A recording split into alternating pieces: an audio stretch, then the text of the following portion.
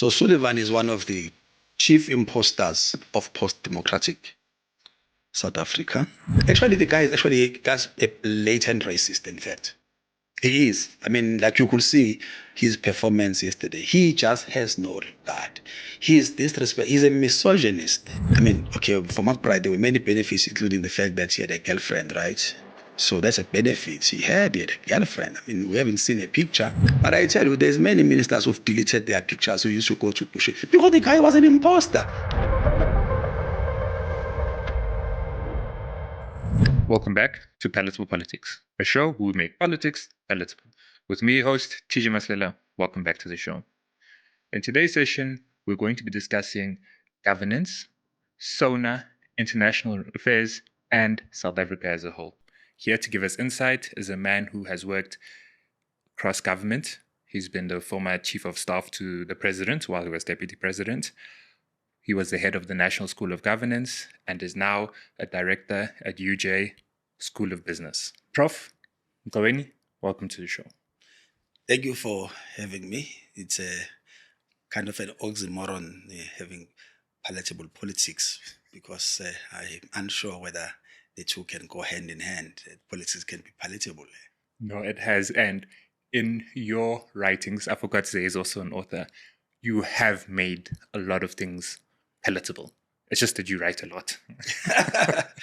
Well, I suppose it's the contradiction inherent in it, in a sense that the outcomes of a well-governed, political system can make politics palatable because people can be interested, can be excited about the political, system and climate in the country. But doing politics itself for those involved is not always a palatable thing to do. We're going to come back to that now. But before, I'd like you to just give a bit of context as to how you went from being a taxi driver at some point to being former head of School of Governance, National School of Governance, and chief of staff. What's your journey been? How? Well, in life, there's a lot of coincidences. One thing I was lucky about was that I got a driver's license very early. And having a driver's license, very young, changed my life experience in a very significant way. So in a sense that, for some time, because I had a friend who was driving a taxi, and another friend who was studying at Mangosuthu Technikon, Mrs. Lutuli, who was driving over the weekends because we needed to have some money. They would say, we must come and be a conductor, wash the taxi, which means that, on a Monday, you'll have some pocket money, which otherwise you wouldn't have if you were not, a scrapper boy during the weekend. And of course, if you do that over time, you could end up, if you have a license, on a steering wheel. And when I was at university, amongst the comrades who were in the SRC, I was the only one who had a driver's license. So I ended up driving a school van, right? Because I had a driver's license. Later on, when I started working, I became a field manager for a research company because I had a driver's license and I had some statistical skills. I became a field manager so I could drive people around in a Kumbi or other types of vehicles. So having a driver's license really changed my life trajectory in that way. And then the rest is history. Okay. I mean, that's from a driver's license, shows the importance, guys, get your driver's license. Now, in terms of governance, which you mentioned earlier, and the state, having worked in it and gone up the ranks, can you tell us about the professionalism about the state? Because there is this narrative or this perception of state employees, whether it's being despondent, whether it's being competent, not competent. Can you give us an insight as to what it is inside? Yeah. Well, it's a mixed bag, right? Different sectors, different departments. But there's a lot of professionalism inside. And I can cite a couple of examples. One of the projects that we worked on in the presidency, and I was part of the deputy president's office, was coordinating the national AIDS response through a structure called the South African National AIDS Council, which is SANAC, chaired by the deputy president. There were civil society people, there were researchers, there were practitioners, there were experts, there were development partners, local and international. there's several things that were introduced through the policy recommendations of the South African National AIDS Council. One of them was how to accelerate testing, counseling, as well as treatment for people who needed that because of HIV and AIDS. At that moment, this was something massive that you needed the health system with health workers in the front line being able to respond so they could administer treatment, so they could test and do the counseling. So just for context, what year was this? This is, I would say, around the 2009, 2010, when the program was massively expanded, 2010, 2011, 2009 up to 2011. The kind of a response, and because we were watching what was going on, because we're doing oversight from the presidency point of view, health workers showed exceptional levels of adaptability and professionalism. Remember that the type of numbers that they were dealing with, and the fact that the task was shifting, the fact that they were dealing with a new kind of an ailment which they had not dealt with before, whether or not they were treating 10,000 or 100,000 or 500,000 people, it is a sign of the ability of public servants to be able to do that adaptation. Yes, there were cases, as there will always be cases of abuse. Even if you go to a bank, you can find a road teller or a frontline person and so on. But just this as a marker of the degree to which public servants, if they're implementing a policy position whose objectives are clear, whose operating modalities are clear, whose target is clear and well known, that public servants can make those adaptations and do the intervention. Which is why then, over time, you had these hundreds of thousands of people who were able to enroll on the public healthcare system, and they were receiving antiretroviral treatment, whether preventing mother to child, or whether those who already had HIV who were getting the treatment, they were able to respond effectively. It's amazing. We hardly talk about it. Of course, it is what is expected of public servants to do. Let's talk about the national security system, SASSA, in the main. SASSA is one organ of state that was created after the resolution of an ANC conference at Stellenbosch, that there must be a National Social Security Agency. That was about 2007. 2002. 2002, sorry. Yeah, you're right. The ANC decides that the SASSA must be created as a National Social Security Agency to administer the social grants. Now, there are these public servants who worked in the Department of Social Development, including others who were in the social cluster, who went on to design a new institution, a new agency, which was then established, and they started implementing grants. Of course, there was some outsourcing because they didn't have the technology and so on.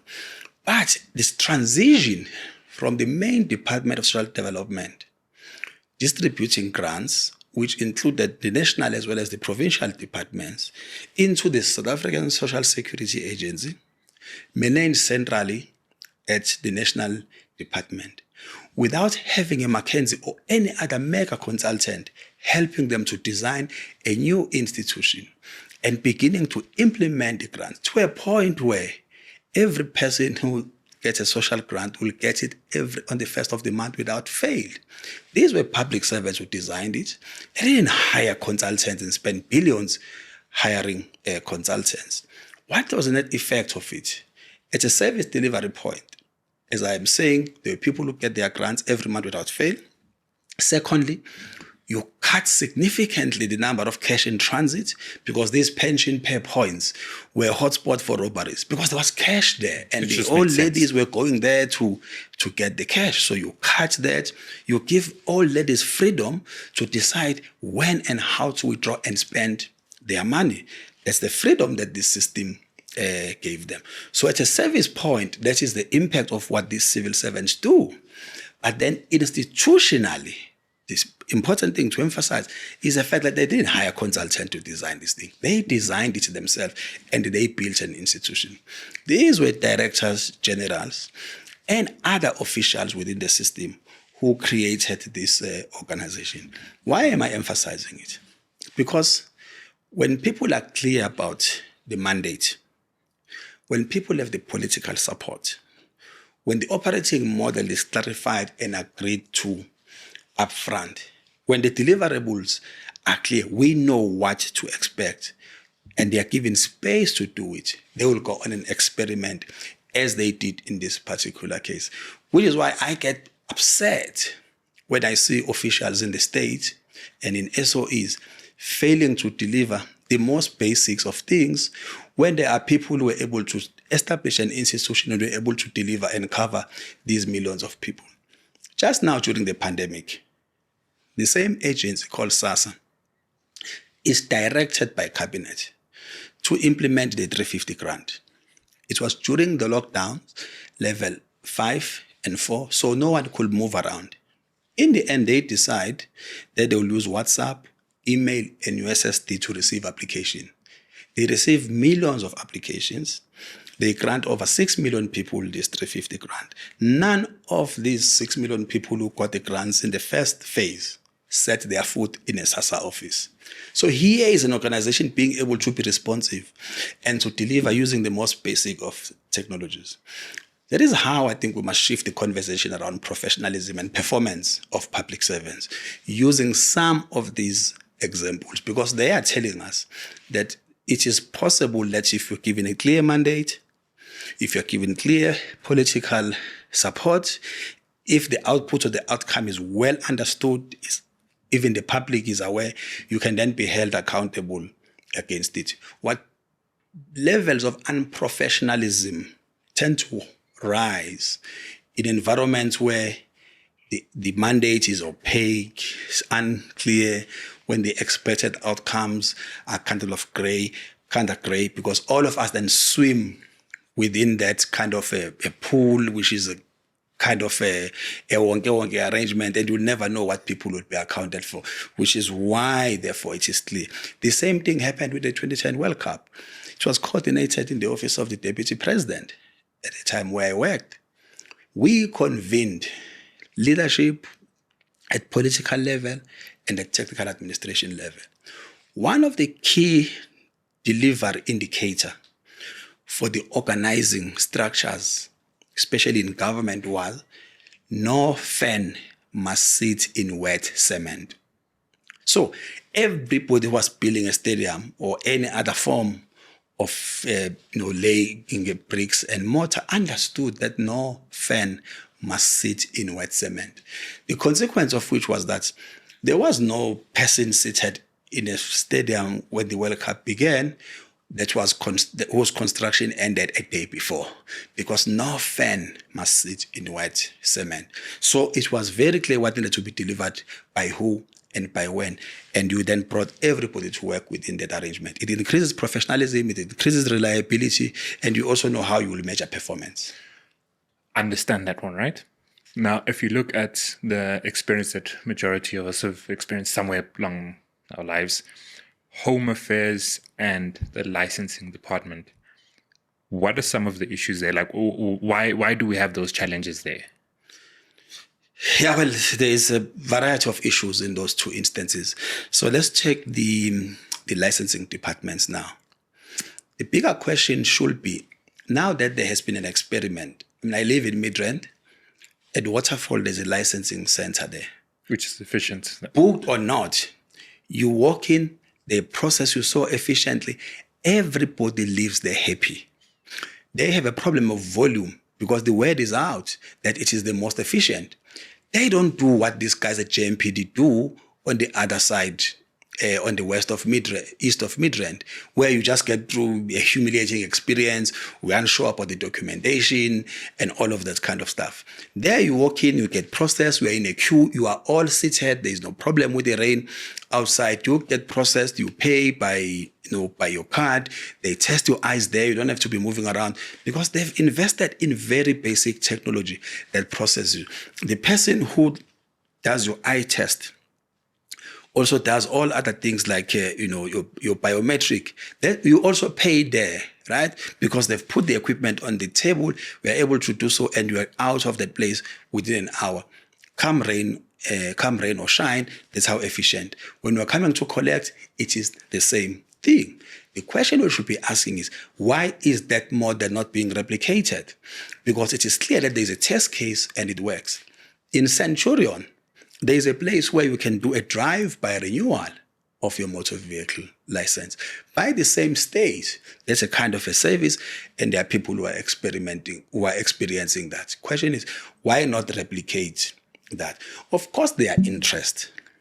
If you replicate those type of things, just as there will be driver training schools who are opposed to this idea of an online booking system, because it cuts them out.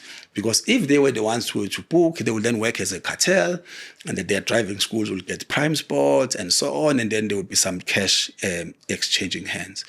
Once you digitize systems like those ones, you limit the ability of people to use their own discretion to a point where they can extract some rents from you.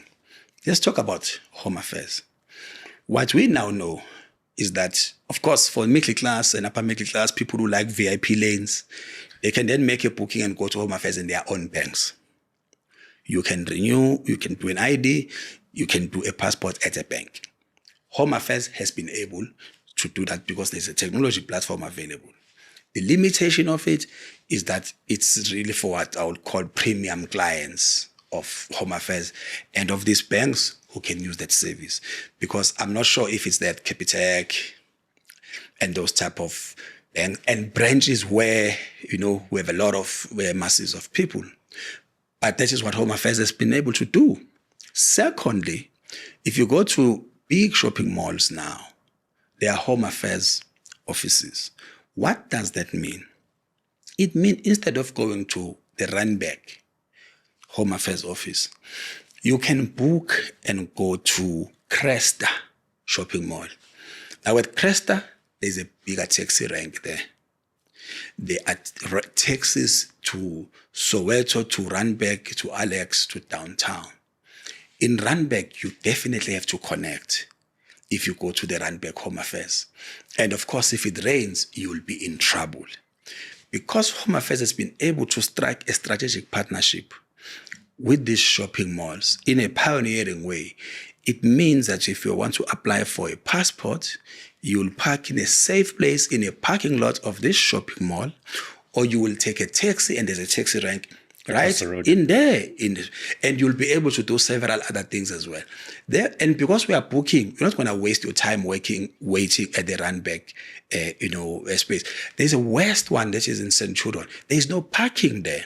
Now you deliver a service.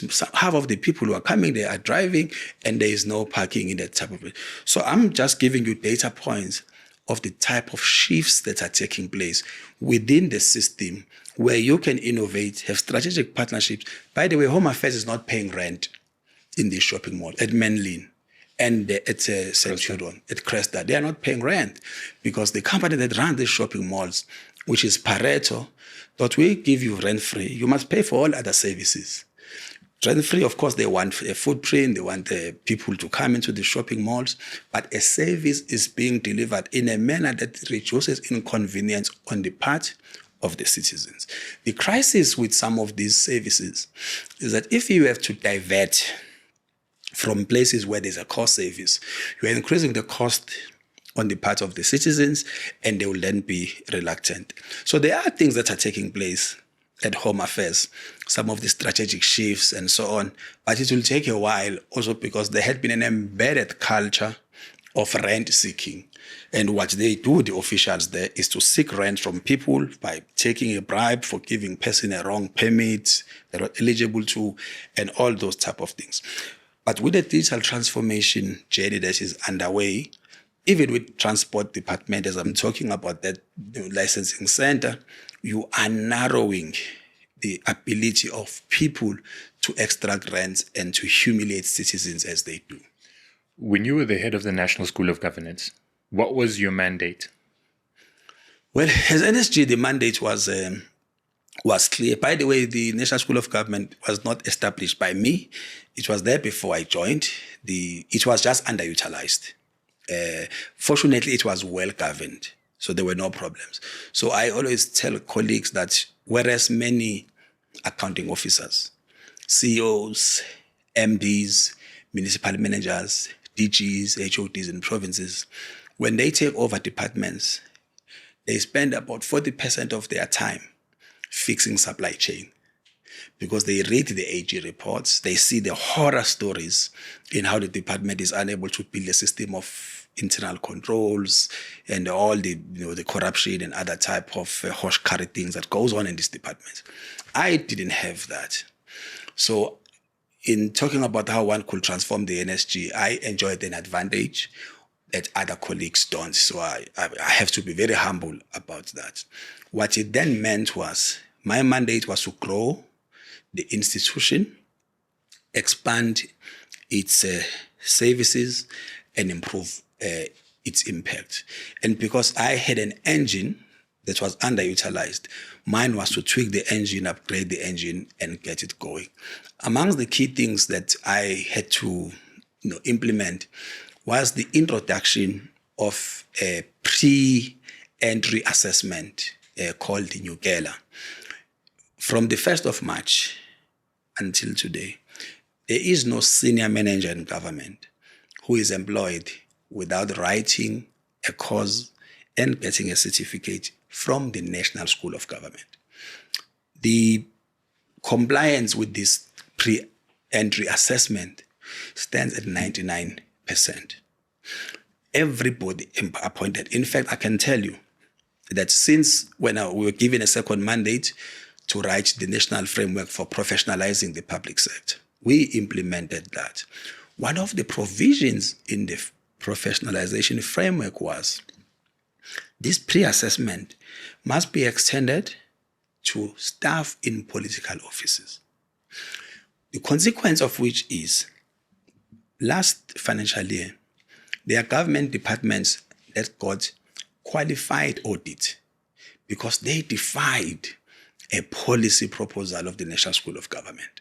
They hired advisors who failed to complete Nyukela, the pre-assessment, within 90 days after they are appointed. Because we understand that the ministers have a discretion to appoint people, great. But then we say, once we're in the system, within 90 days, you must also do Nyukela, advisors as well as other senior managers in the political office. The consequence that those who didn't do it got qualified audit, which is great, right? Because it means the AG understand that there is effort to professionalize the civil service.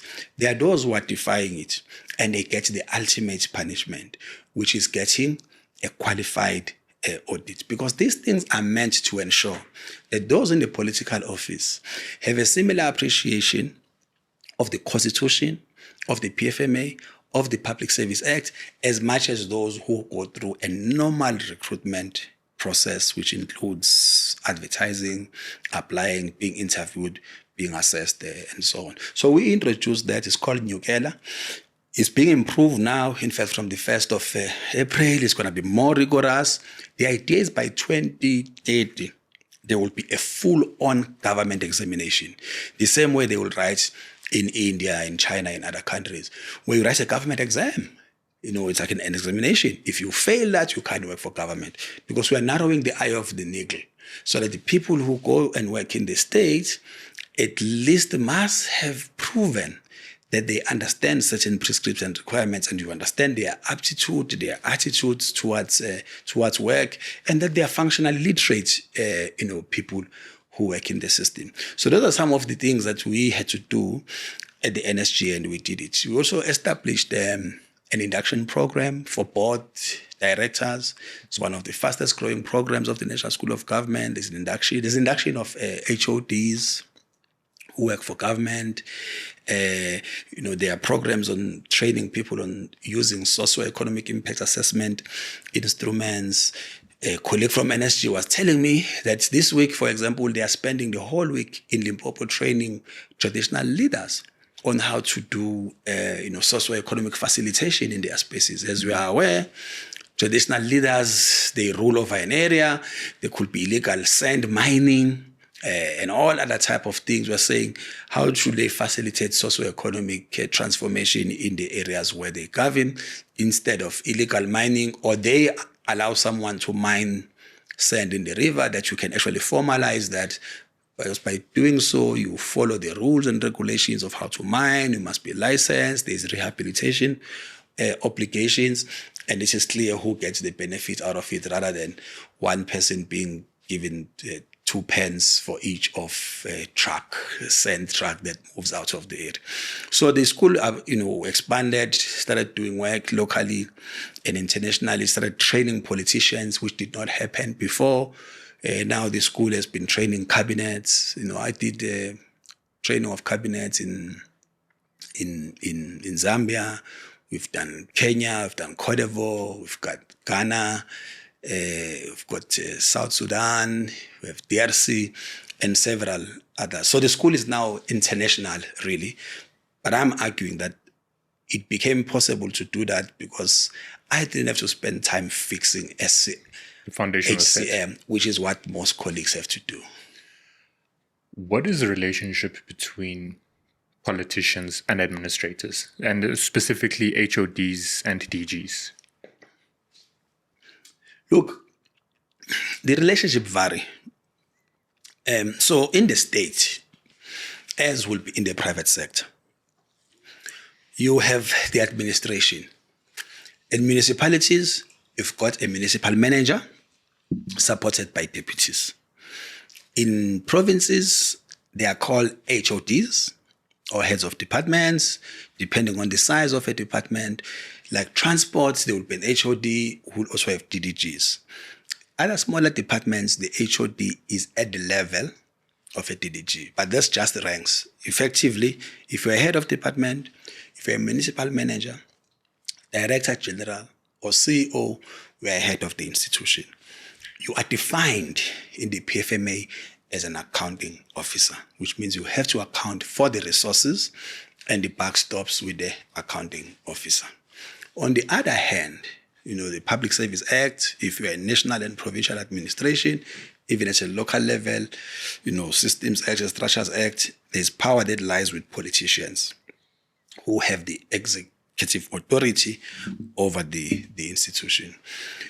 I'm quoting this because to be able to understand the dynamism of the relationship, we have to look at where the original powers are.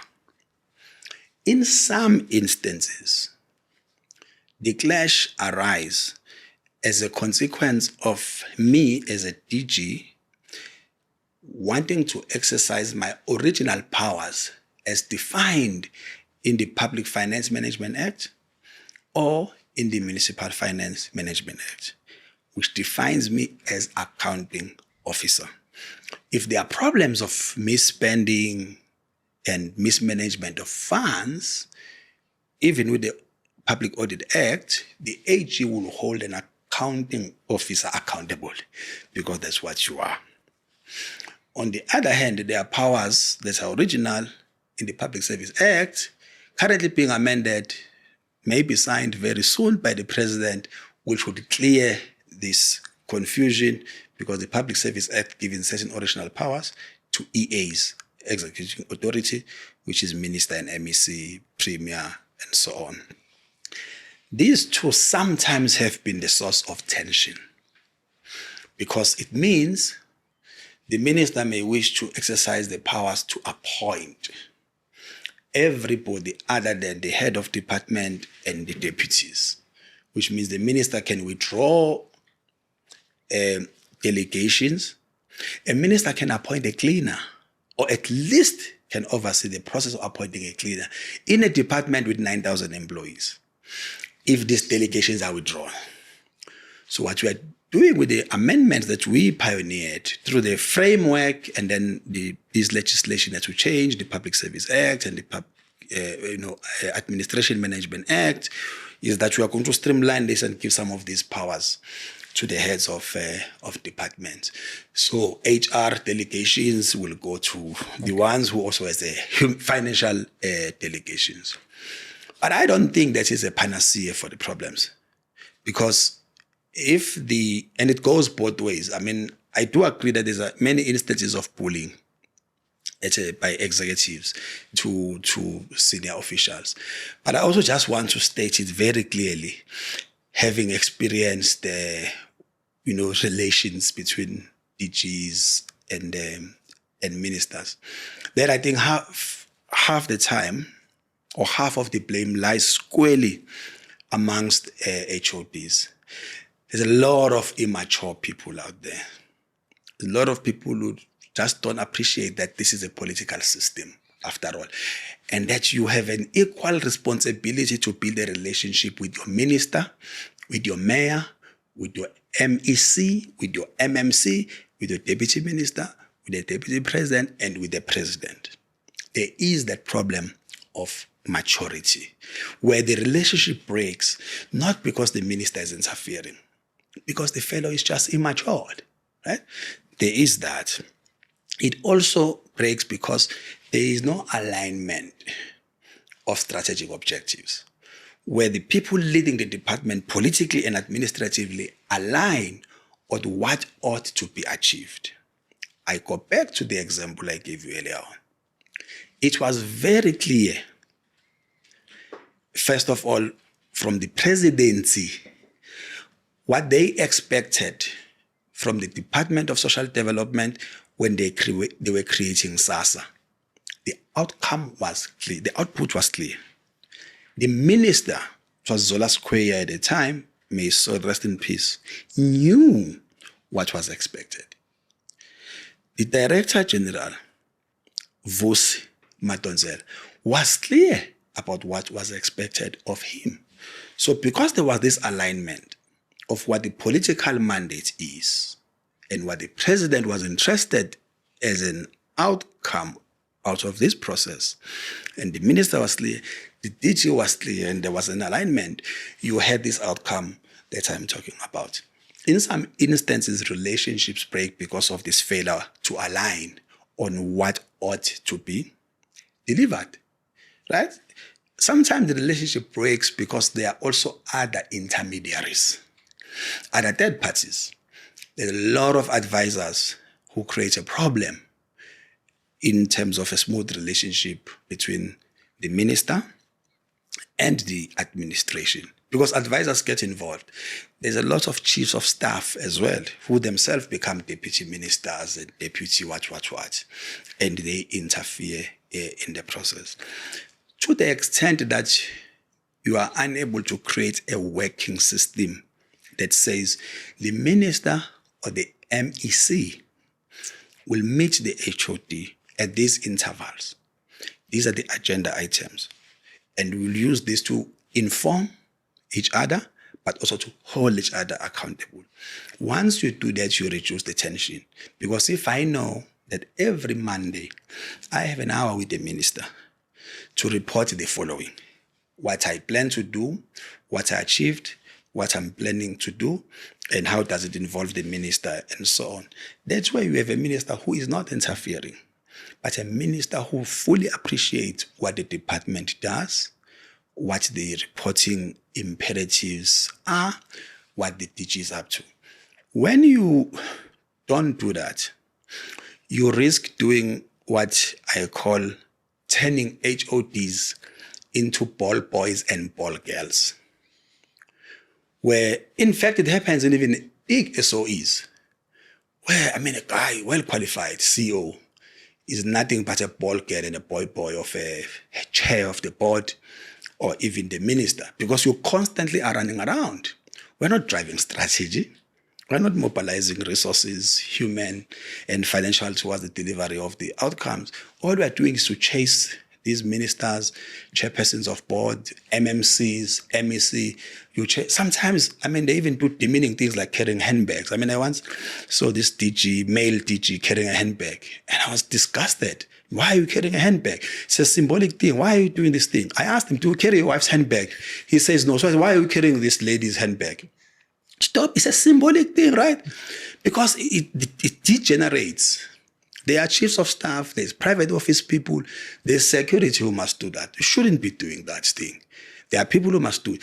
Because it's a symbolic thing. It's more, of course, there are circumstances where you may do it and so on. I'm just talking about as a principle issue.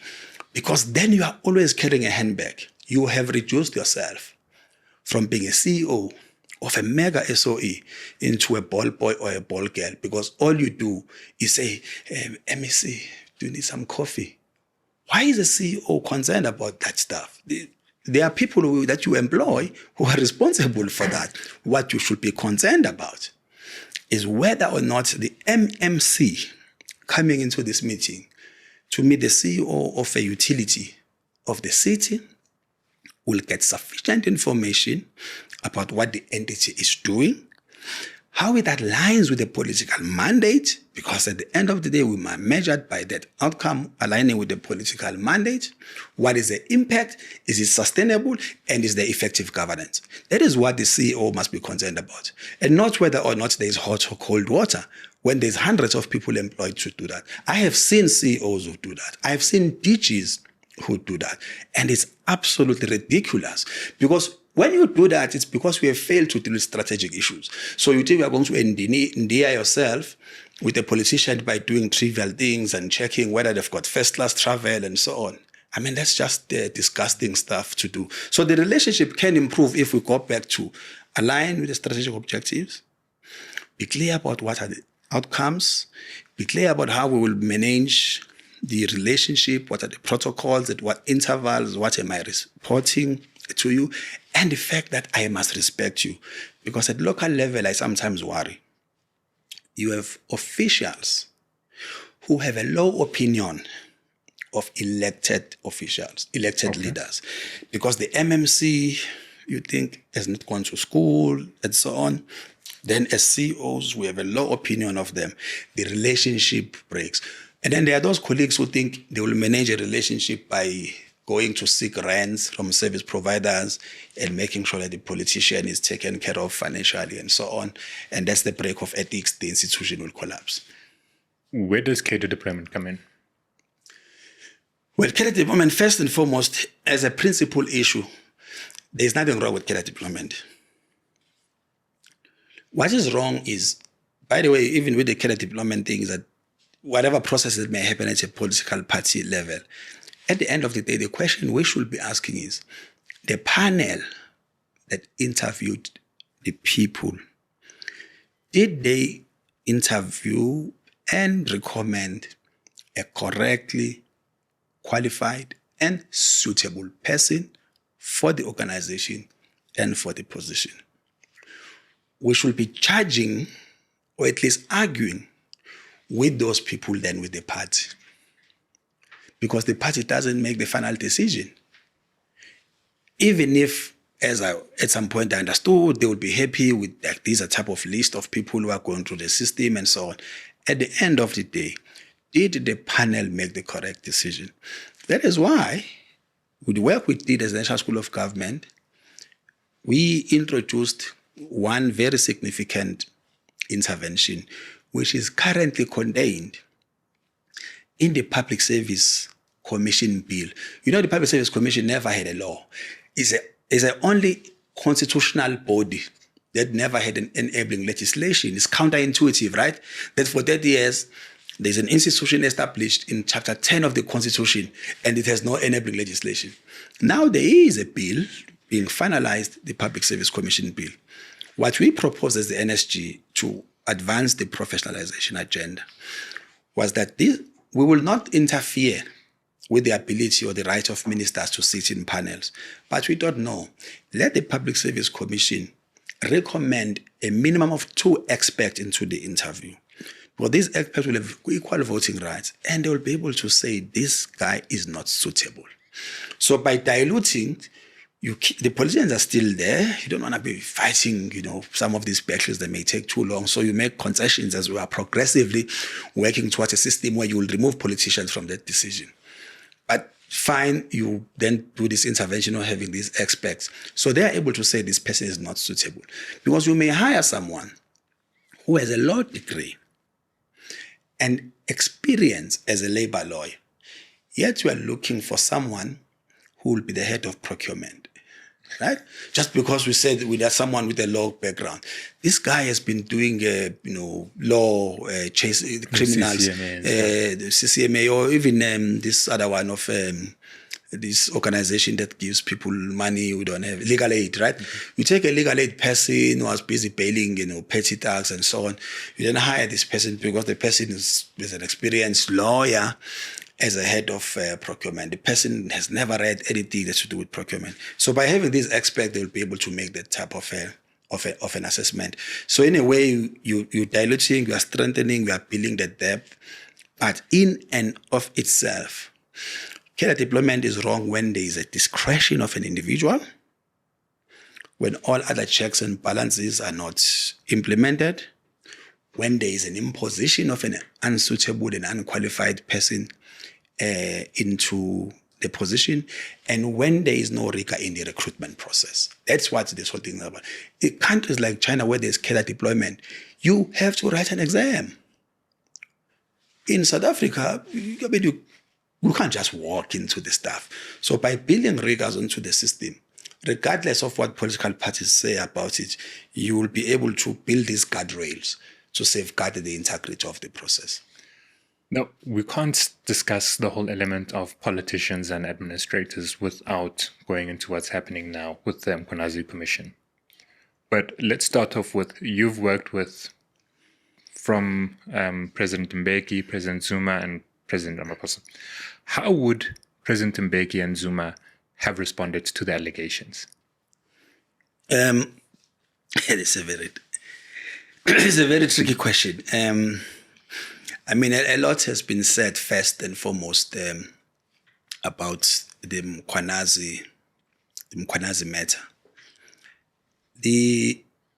And without getting into the detail of it, the question that has not been asked, or at least sufficiently canvassed, because everyone is excited about the frenzy of who's right, who's wrong, possible, underhand dealings and so on.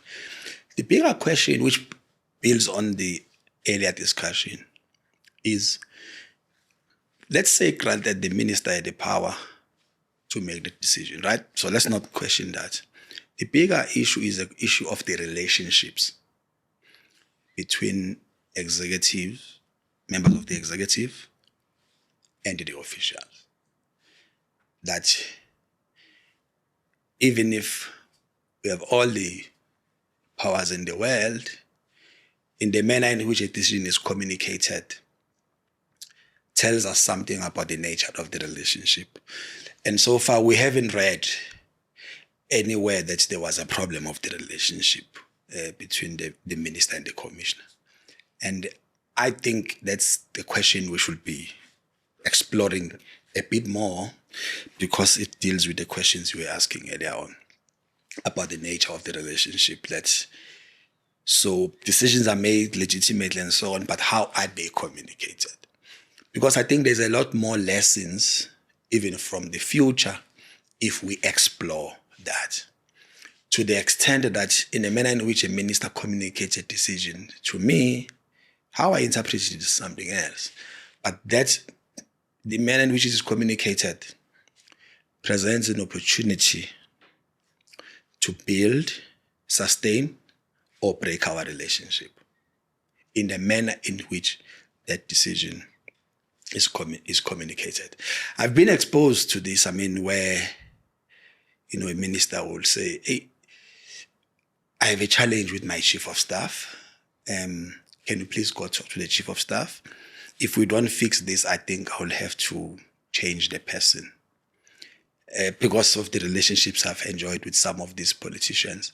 And I'll go and say, hey, Chief, look, there's a problem. There's a degree of unease with A, B, C, and D. Can we try and manage this thing? And the person told me on the basis of trust. And I'm coming to you because we know each other. We are working together. Of course, it can be interpreted in different ways, but in some cases, it's been successful, because at least in the manner in which it was communicated, it was from a place of care, of love, and of concern. Even in instances where a minister will have used a discretion to remove the individual. So I am saying how the relationship is communicated can break, can sustain, or can build the relationship. given the work that we have done at NSG and the work I'm doing at UJ on the governance and leadership stuff, this is a big issue. It's like how a board, even in the private sector, communicates a decision to the CEO. You can imagine being a CEO of a bank and you read SENS. SENS is the statements issued at the stock exchange, if you are listed. You read a SENS statement that the board has decided that they will create a new position of a co-CEO, right? I mean, as a CEO, it means we are gone. The board decides that there will be a co-CEO or that there will be a CEO, or maybe that we are being removed, and you read it in the SENS thing, because you might not have been in a meeting for any other reason. Even if it's in your best interest as a CEO, that there be a position of a chief digital officer which did not exist, and you were not in a meeting because you were at a funeral, even if it's in your best interest, that's not the way the decision ought to be communicated, right?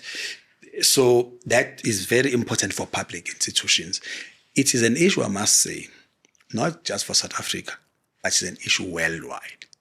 The issue of how do you sustain and maintain these relationships. So that is how there's one angle that I'm more interested in. There's an angle that has not been sufficiently canvassed. And in several other instances, we have seen institutions, big and small, fail or succeed on the basis of how these decisions are communicated, even if we are using your full legal discretion. Of course, more broadly,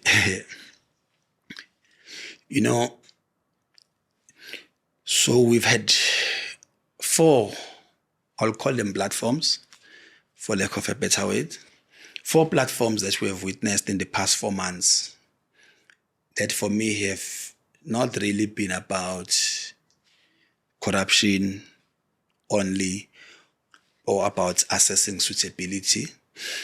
So this is the commission, Madlanga. Okay. It's the Lechanyane committee in the ad hoc committee in Cape Town. It's the Kubai, the interviews of the NDPP, so the Kubai platform. And fourthly is the Kabinde platform. There's an NPA thing going on. I have picked up one significant thread across all of these platforms. One is probing issues of impropriety on the part of a deputy of Gauteng. One was interviewing a replacement of the NDPP, so it was an interview recruitment process. And then the other 2 are about, capture in the police. But I'm very disappointed at how very senior civil servants, decorated people across all of these 4 platforms went out and demonstrated their sheer incompetence. For me, these were performance appraisals, live, in public.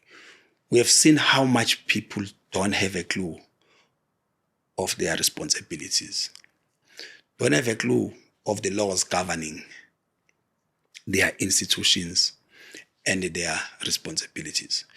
We've seen how people show utmost disrespect for their own professions in these 4 platforms. We have seen how much people just disregard rules. We've seen people disrespect members of parliament. No matter what you think of them, those are elected representatives. Those guys there, some of them truly and really dislike each other. They live to exterminate each other. But in that space, they still know that there's a decorum, they call them honorable and so on. And there's a reason for it, because it's a protocol of that environment. No matter what you think of your father and mother-in-law, you're still your father and mother-in-law. In that environment, you have to show some kind of respect and decorum because you are in that space.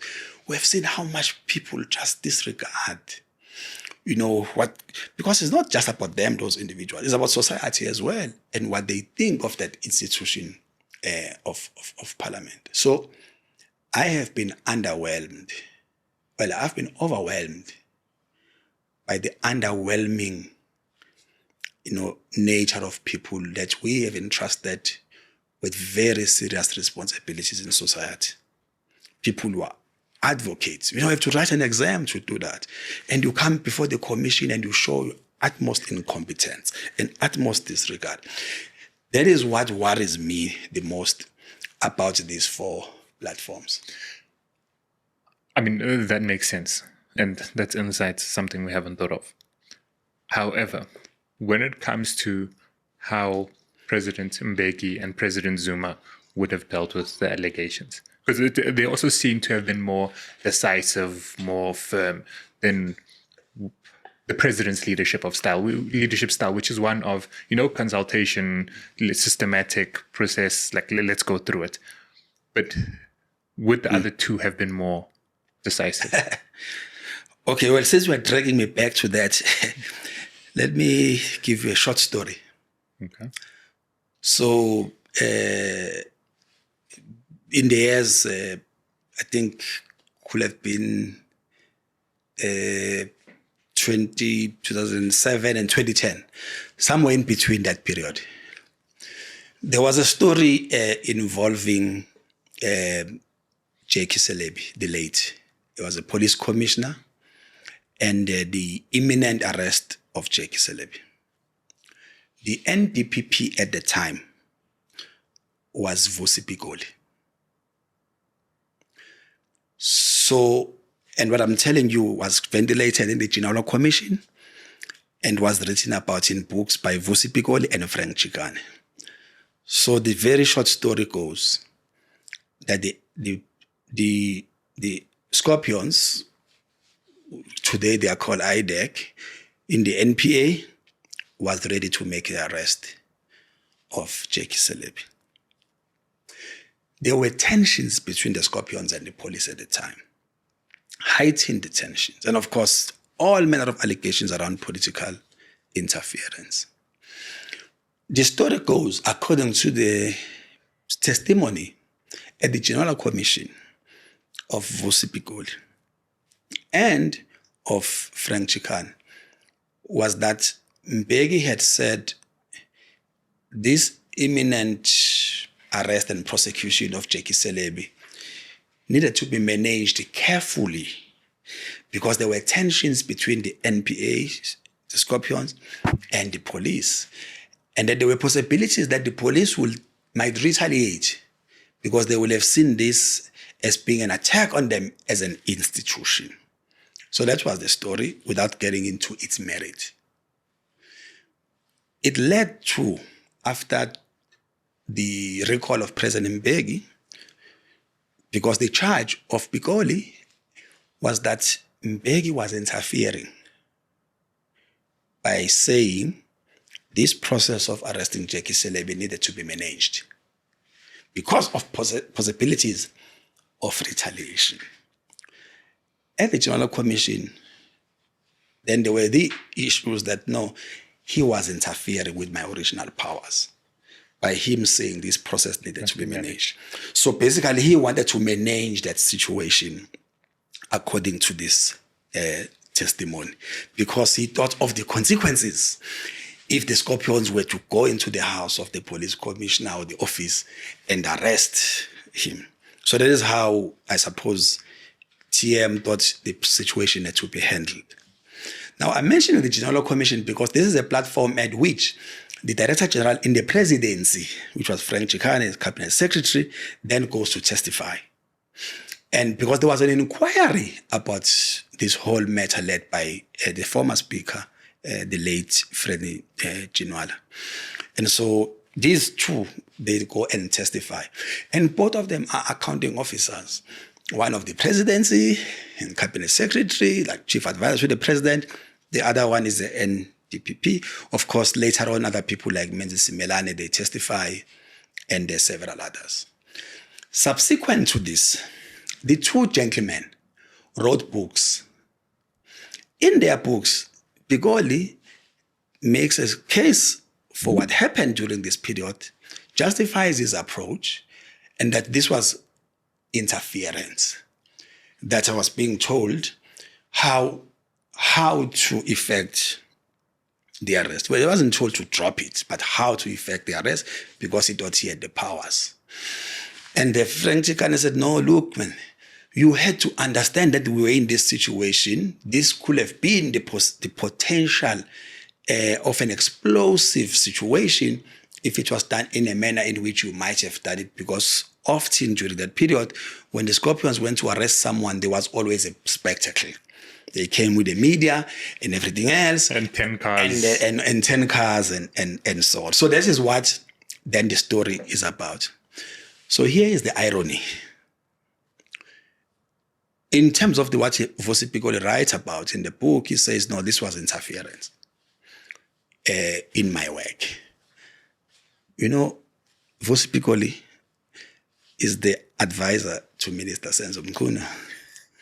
And he read the letter. According to Minister Senzo Mkhuna, he read the letter himself. And the one of 30, he wrote the letter of 31st December. 31st December, yeah. He read the letter, you know.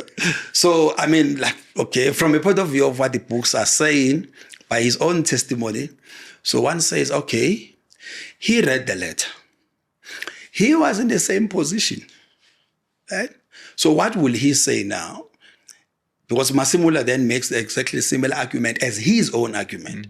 But he is involved on the other side as a person who's providing legal advice, right? So is it not ironic that now he read the letter and that these officials in the police think this is interference by the minister when he says close down the PKT this way, and of course they have other allegations of political interest.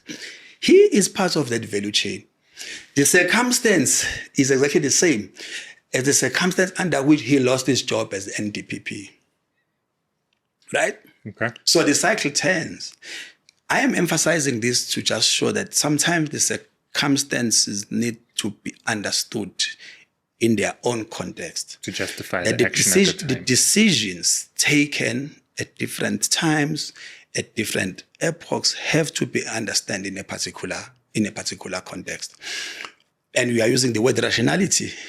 You know, President Zuma lost several cases, including cases involving his appointment of the NDPP. Like Sean Abraham's, I think. 3 of them, and he lost them on this thing of irrationality. And you know, irrationality is not about madness. It's saying prove, justify your decision. Is there a trail?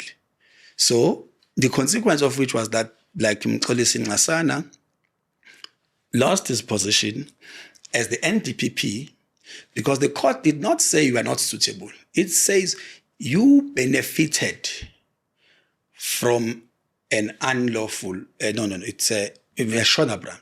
You are a beneficiary of an unlawful process which saw Ngcaweni leave before his term ended, and he was paid out. Because according to the law, the NDPP can leave at the expiry of a term, or by death, or can be impeached. And that in all these instances, it's not like you can't just, if you resign, you leave, but you can't leave in between or be removed without a hearing. And then you are given a payout. And the consequence of which was that then the court said, no, Sean Abrams is a beneficiary of that. So this is Jacob Zuma's own experience of rationality and irrationality. Which I guess in today's time is why the appointment of the new NDPP head is fine, because the term of Batoyi had ended. And now this one, even though there wasn't a process necessarily followed, the term had ended, so it was justified, even if it is for 2 years. You know, in politics, I mean, there are original powers vested with the president, right? So, but politics also has a lot of performance. And you perform because there's an audience. When you are a president, we have an audience. The audience is the country. The audience is the international community. And you have to perform. So in a country where there are views that says the processes of making certain appointments result in inappropriate appointments, and you listen to that noise, you say, okay, I'll perform. So I'll make the process political.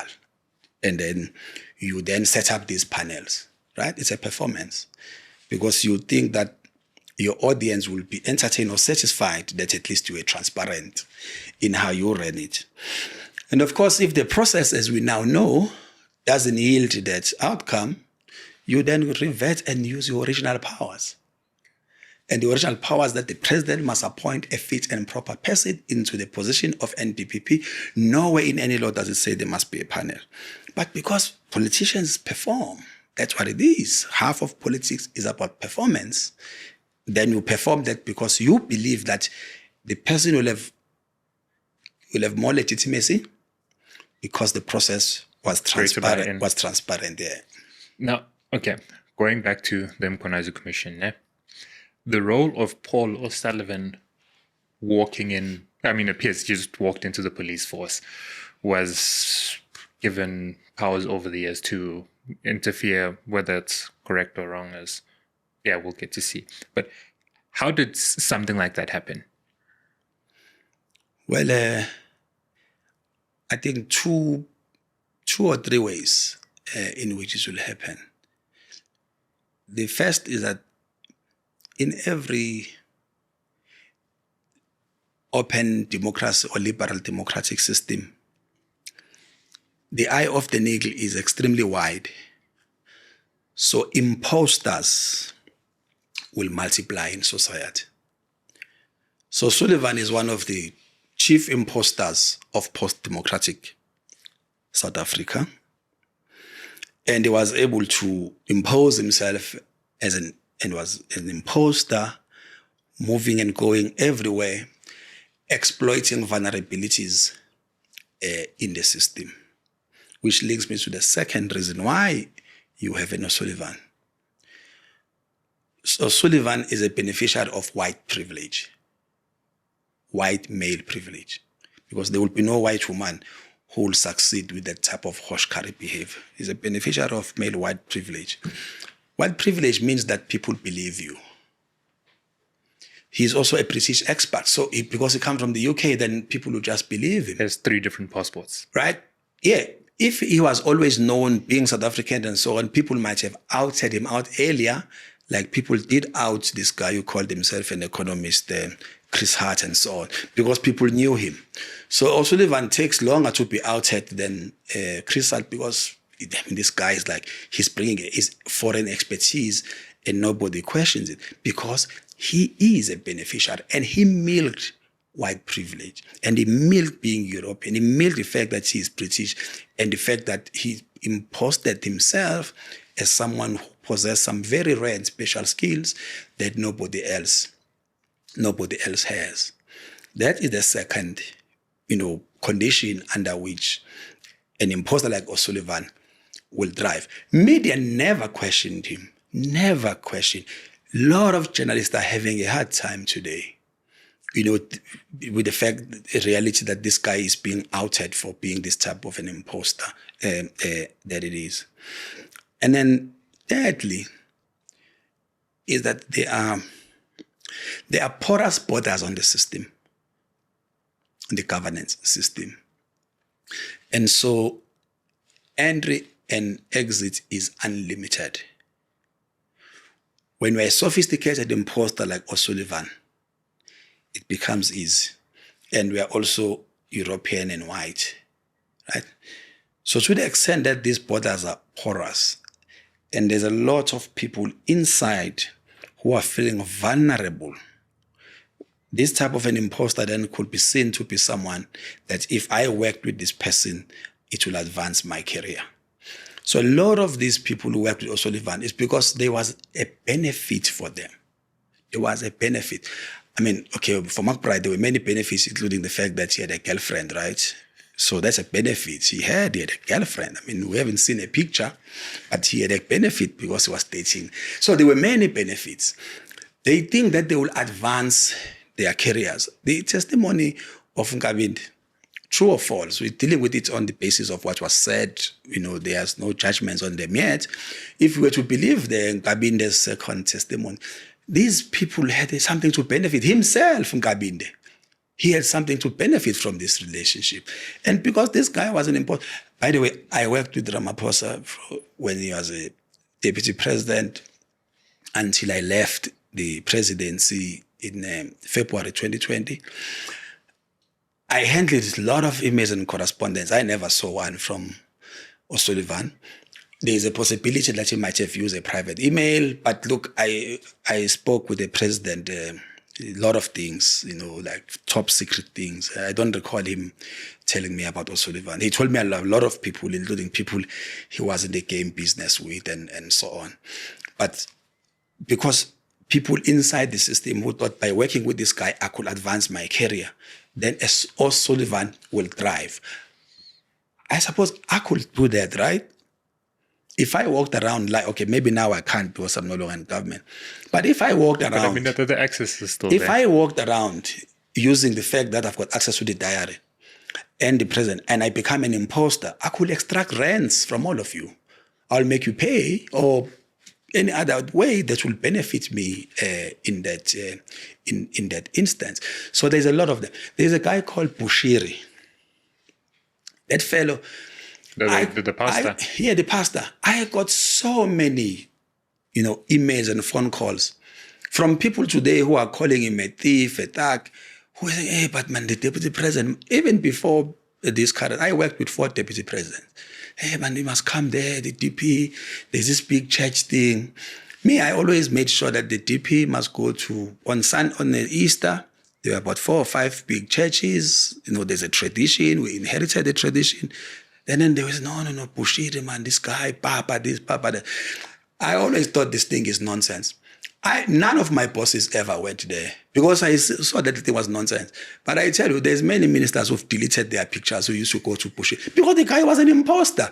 And it was important for him to have politicians there because you build your stature, you build your believability. Let me tell you, there at ZCC, they don't need to stand next to the president for their church to stand or fall. They don't. And will be full. These imposters. In fact, when the president goes there in Easter, it's an inconvenience, actually. Because we're driving all these cars, we must make space for you and so on. That church survival, Shembe's survival, this one in Soweto, this thing they do, it's not dependent on any politician coming there. In fact, sometimes they become an irritant. Imposters work on the basis of proximity. They must stand next to a big person and they must dangle a carrot so that all of you will believe that, this guy is powerful and this will be the benefit in return for me if I associate with this individual. Because the porous borders exist and they're not being closed in the governance system, you will have many O'Sullivans. Some of them are low-key. He just loves the media. He was in love with some of the big journalists in the country, and they gave them unlimited access because they thought he was bringing down, politicians and so on. But the guy is actually a blatant racist, in fact. He is. I mean, like you could see his performance yesterday. He just has no regard. He is disrespect. He's a misogynist, He just has no regard. And he threatened people by saying, I will sue you. And sending people messages. Who does that? Why will you send someone who is testifying and send a message, I will get you? Because we are threatening the person. I mean, I hope that they did lay a charge and so on. In fact, that guy says he owns an aircraft. Where did he get the money to own an aircraft? And to? Do you think he could be a spy? I think he's an imposter. Okay. I think he used that to build mystique around him, to build strength so that everybody thought the guy had more advanced things. I think he was paying people to gather information. I don't think he was spying for a British government. I think he was spying for his own benefit. He's a hustler, and he has hustled. There was a story, he hasn't denied it, about the house he lives in. That the guy gets sent to prison and he buys that house on auction, right? I mean, this guy, think about it. He was in charge of IP, right? And this McBride fellow doesn't deny it. And his own PA is dating the head of IP. And they don't see anything wrong and unethical with the fact that he has a private citizens who've got access to one of the things that Cat Matlala is being charged with is the fact that he had access to documents of the state as a private citizen. There is no difference between O'Sullivan and Matlala to the extent that they had access to state information to which they were not entitled to. Okay. So while that's unfolding, there's another process unfolding, SONA. What's the process and the importance of SONA as it stands? Like, do we even need a SONA? So the State of the Nation Address has a history to it, political history. So there are two things that many political systems have been doing over the years. One will be an annual address by a head of state. And it's there in, countries that will have been communist countries and countries in the West. So both in the West and the East, there will be that annual address by a head of state. In our instance, it's the State of the Nation Address, and many other countries have a similar thing. And this has evolved actually, I think it could be over 300 years now, that's the tradition of a head of state. In some countries, it were kings or queens that a ruler will address the people in times of peace and in times of war. And for kings, it's because the king was a very rare person in society. And so at least once you go and address how is the nation, what's going on, give an update, and also so that they can see that the king is well and alive and so on. And then the second occasion that has emerged, especially after the Second World War, is the parade, the army parade. So countries that won a particular war, like, after the Second World War, those who had triumphed, they were building military strength. So the parade is associated with the commemoration of victory. That's what military parades are about. Those would be like kind of a national day. So you do then make that parade because you are the day marking the triumph. So then why do we do it? No, in our instance, what we do every February is called just the Armed Forces Day. That's got no historical significance other than the fact that it's declared, in the calendar.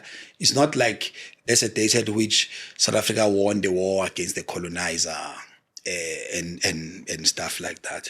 So it's a different occasion as opposed to the ones that you see in Russia, in China, in North Korea, and other countries that would have been occupied, where they are celebrating victory over occupation. And then in other countries, of course, they will have what we call a national day. It could be part, it could not be part, like our April 27. Our April 27. Freedom Day, yeah. Freedom Day, and then it will be a day at which those are called the national days. So the State of the Nation Address, therefore, so one is celebrating victory, so you do military parade, you are showing your strength. The State of the Nation as the annual address by the president has been happening over the years, but there's few significant markers about it. Okay. You use it to update the nation on where this nation is at, on the things that have been promised and where we are at. So we're updating them. I promised you 1, 2, 3. I've done it. I've not done it. This is the progress. So that's one. This will be. Are there any consequences? Let's call it a scorecard. Okay. So part of it is about the scorecard, to the scorecard. The second part. Wait, but on that, are there any consequences? No, there are no consequences. The consequences will be at the ballot. Okay. There are no consequences. In fact, you can do a scorecard that is not even a scorecard. You can lose a game by 2-0 and say, but we created great chances, right? So the SONA can be like that. We created chances. This game was within our reach, even though the results are negative. So a president can do exactly what a coach will do. And you spin You say we were in charge of this game, but we lost, right? Which is what SONA is. The second part about it is just talk about the gauging the temperature. Where are we as society? What's our temperature? Just a diagnosis. Where are we? So you speak about that. And the third part of SONA is dealing with where are we going? So that's more future projection. Then you make all manner of it. So that part is the one that gives direction for the year ahead. One is pit stop, accounting for wins and losses. The second one is temperature. How is it in society? And then the third one, where are we going? The third one is significant to the extent that you are now defining some specific deliverables for all organs of state because you are addressing as a head of state. So that's the significance part. But then the fourth part of it is performance. The state of the nation really is about performing power, right? It's the only occasion where there's a 21-gun salute other than a funeral, where the president gets a gun salute, there's a fly past. An inauguration. And, an inauguration, as well as if there's a state funeral. So performance is a big thing for the state. It's like my mother always say, like the guys who wear like velvet dresses and polyester suits and they walk around like peacocks and so on. That's part of a performance in a democratic society. Of course, COVID and the bending of parliament interrupted that because we now no longer have that kind of a stage and those alleys where this thing was being performed. But this is part of the colonial inheritance, by the way, that, those type of performances will occur. Okay. And then lastly, we're in a year of local government elections. You were part of the process of drafting the white paper, maybe initially, and you said you are following it. What is the intention of the white paper and why is it important in terms of local government? So, I was not myself directly part, but I followed it and, attended some meetings dealing with the white paper since the process began. So there are concerns about local government, its performance and outcomes. And so there was a view that the white paper that needs to be revised because it's an old white paper. So firstly, I must explain. A white paper is a policy statement that determines legal and institutional trajectories.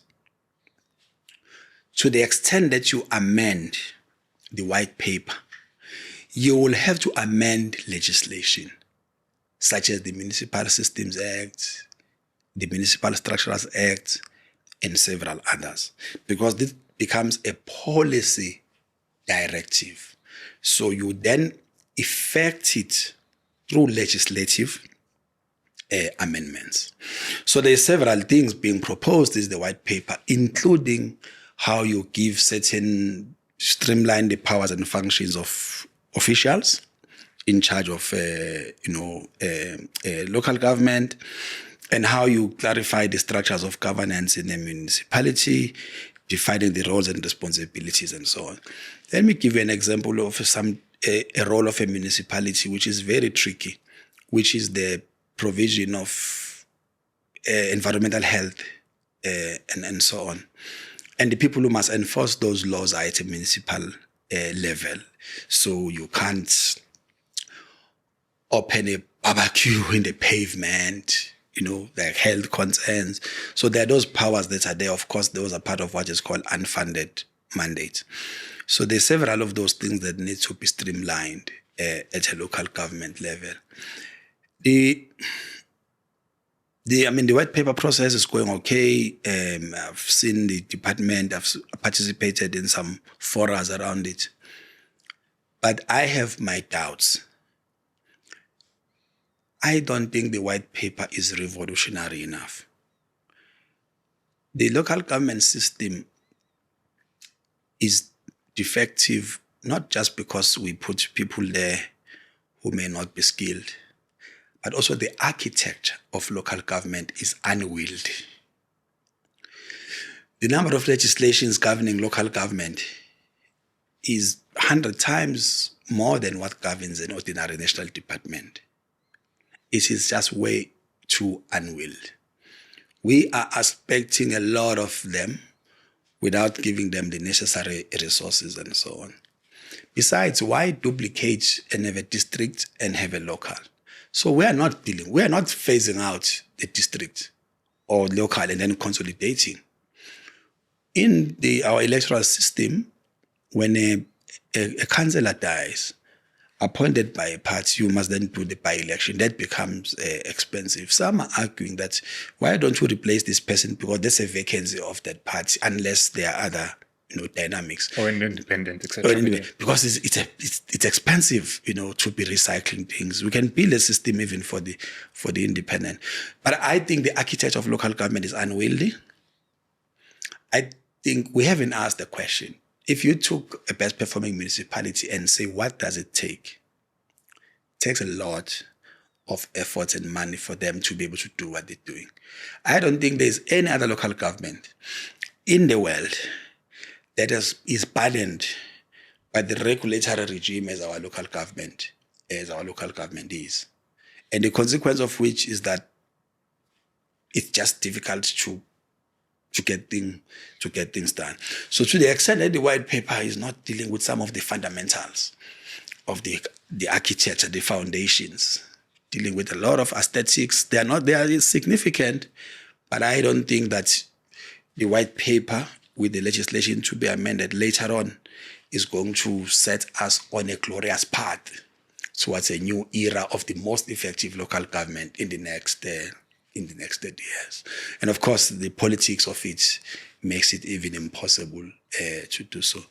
And my concern, disappointment with the political parties in South Africa is that they are not constantly building or strengthening their ability to govern. None of them are doing so. Because I'm closer to some, I'm not in a position to give you evidence that this party and this party is investing in building a cadre of the best captains of organs of state. There is a lot of deterioration instead, even among some of them in the political leadership, even the political leaders themselves. I sometimes check what they read. Those who do read, how does it help them to improve their ability to make decisions? I check all politicians, what they do on social media, because it tells you what is their primary concern. I see a lot of ridiculousness. I get upset at the level at which politicians turn themselves into memes. The level of ridiculousness is upsetting, and I think it needs to be punished.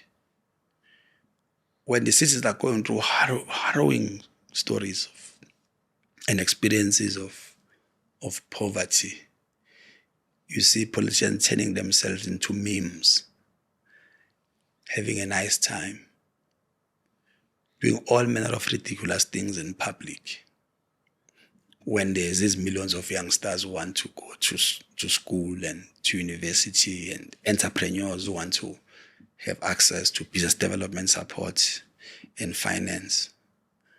None of the political parties has a concrete, formidable, viable program that tells you that in the next 20 years, a best cadres to lead society will come from here. None of them.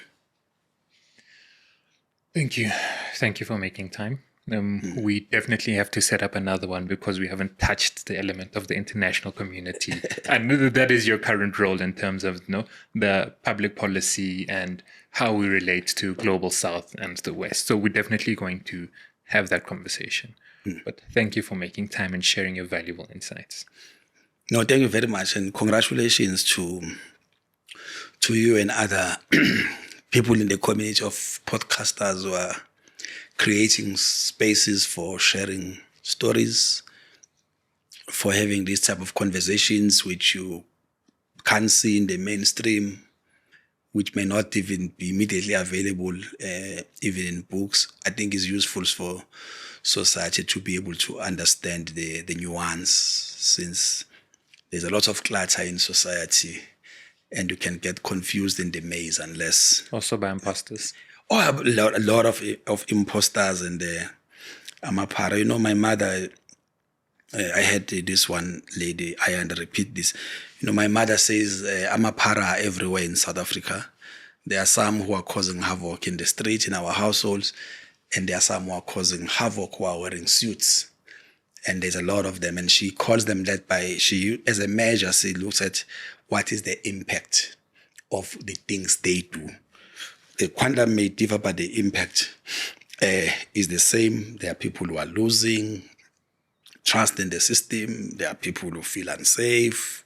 There are people who lose assets and earnings because of the type of decisions that these imposters are doing. And so the space to have a conversation about those things, I think, is valuable. Thank you. You're welcome. Guys, you've heard, so I hope that gives you an incentive and understanding as to why you should like, subscribe, share, and tune in to this one and the follow-up. Palatable Politics.